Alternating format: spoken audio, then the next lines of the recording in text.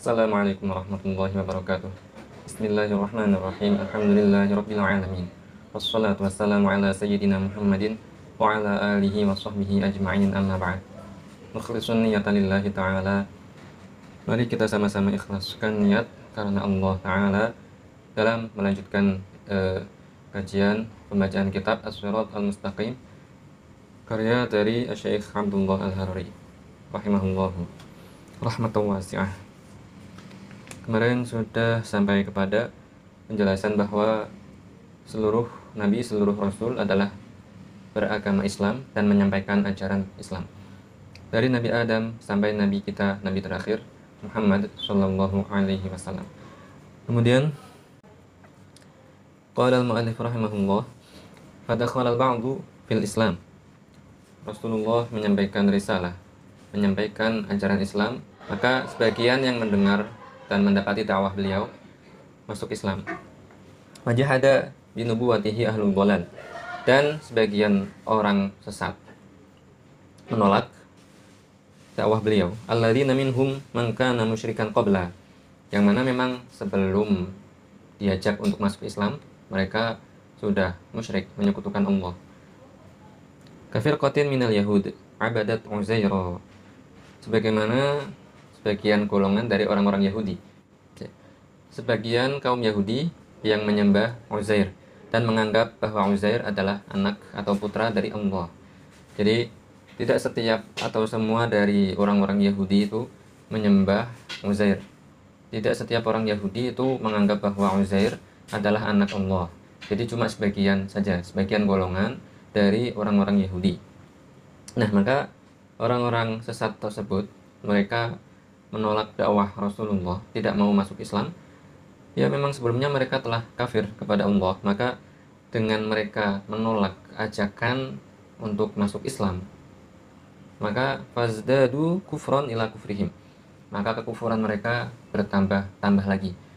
Jadi dari redaksi yang disampaikan oleh Syekh Abdullah dalam kitab As-Sirat Al-Mustaqim ini, kita tidak boleh menyepelekan atau meremehkan tentang hukum kekufuran yang meskipun hukum kufur tersebut terjadi kepada orang yang memang asalnya sudah kufur, sudah kafir.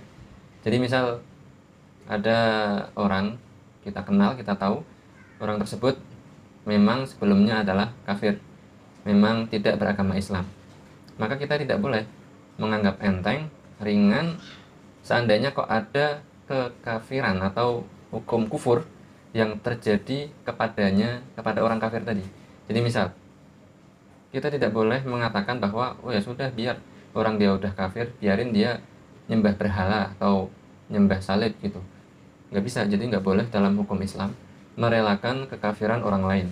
Jadi seandainya melihat kekafiran yang bahkan itu berulang kali karena memang orang non muslim misal memiliki ritual atau jadwal setiap minggu pergi ke gereja untuk melakukan peribadahan cara mereka, maka tidak boleh kita beranggapan menyepelekan tentang kekufuran tersebut. Nah, maka di sini diistilahkan atau diredaksikan oleh beliau, fazdadu kufron ila kufrihim. Meskipun sebagian orang kafir Yahudi yang tadi menyembah Uzair, ya,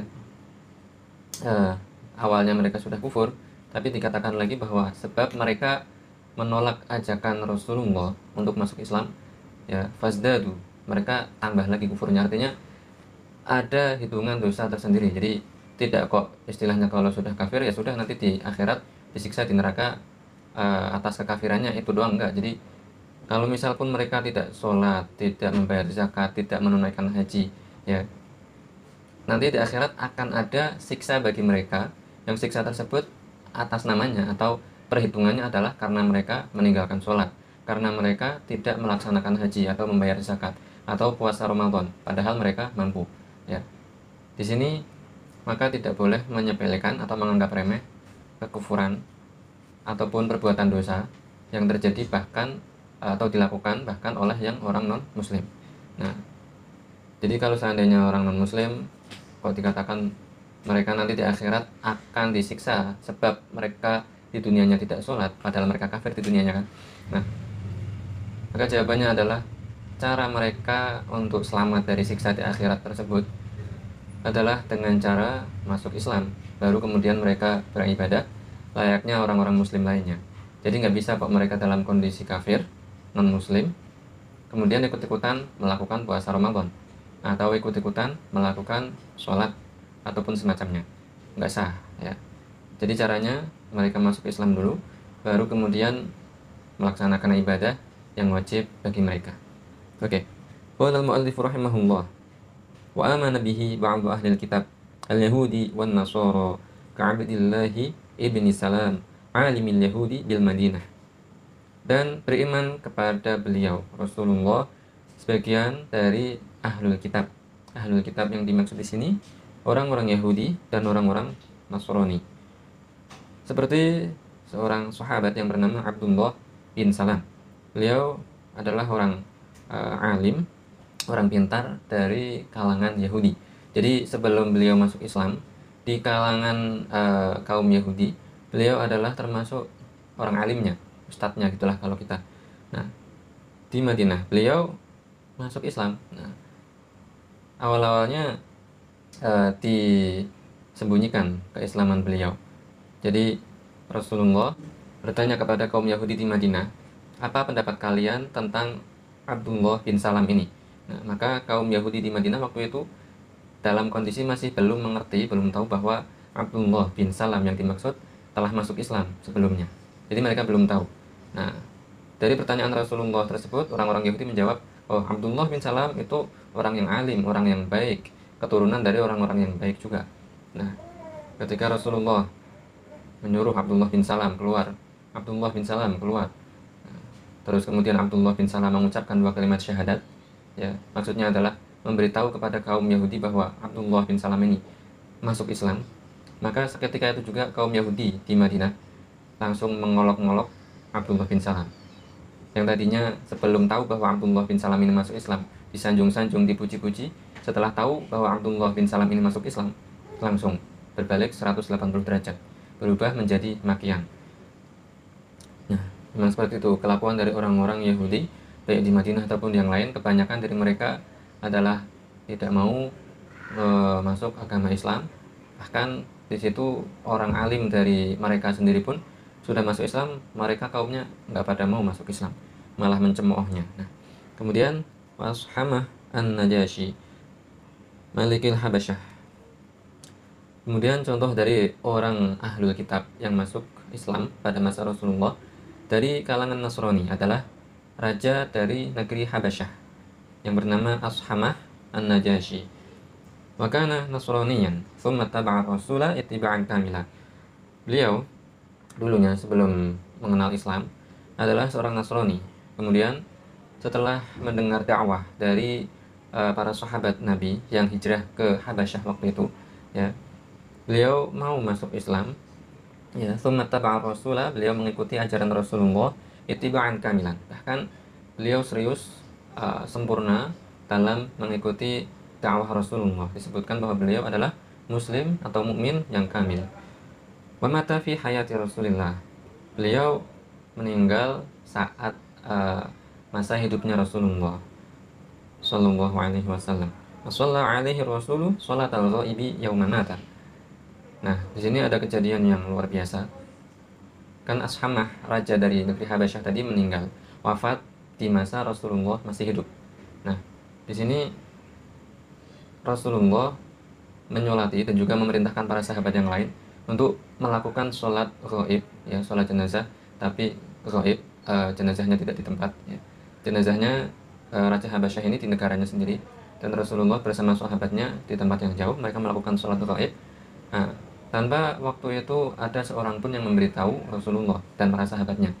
Ya. Apa yang terjadi? Rasulullah menerima wahyu dari Allah, ya, diberitahu bahwa Ashamah, Raja Habasyah tadi telah meninggal.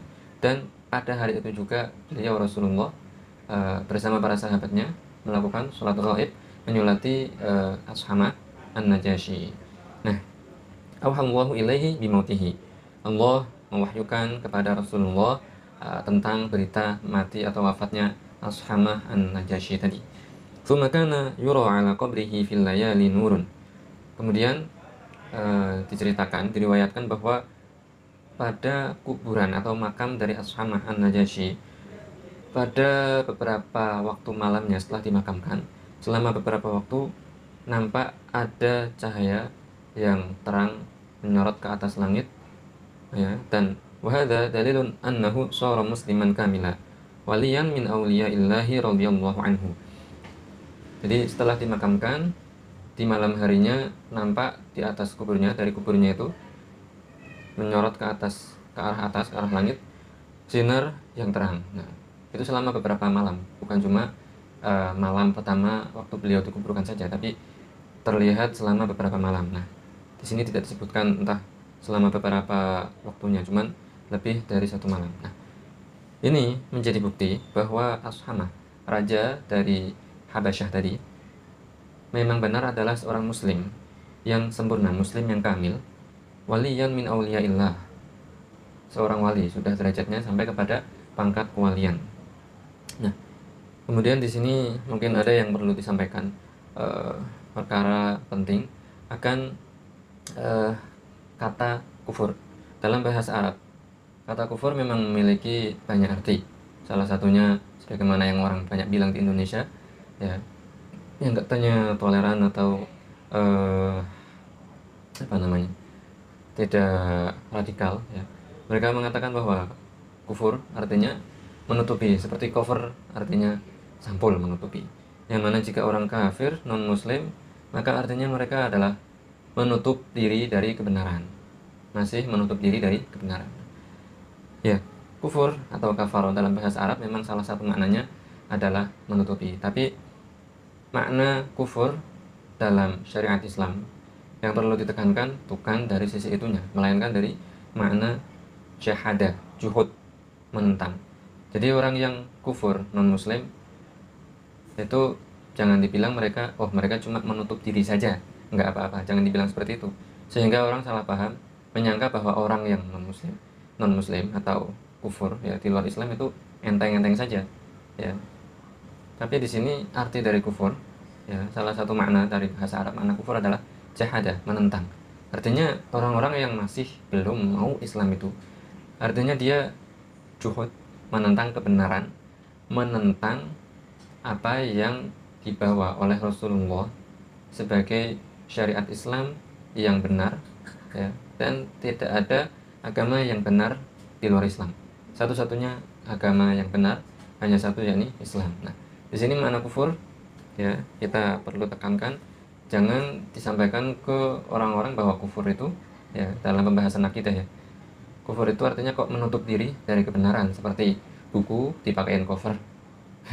Kalau buku dipakein cover kan malah tambah cantik. Ini nanti bisa-bisa orang jadi salah menilai, salah menyangka kalau orang kufur, orang non muslim itu malah tambah cantik, karena kayak buku kitab dipakein cover jadi tambah cantik, itu kan enggak. Jadi kufur kita sampaikan bahwa makna kufur dalam akidah adalah apa? Jahadah, atau menentang apa yang disampaikan oleh Rasulullah Shallallahu Alaihi Wasallam. Cukup sekian. Wabillahi taufiq wal hidayah. Wassalamualaikum warahmatullahi wabarakatuh.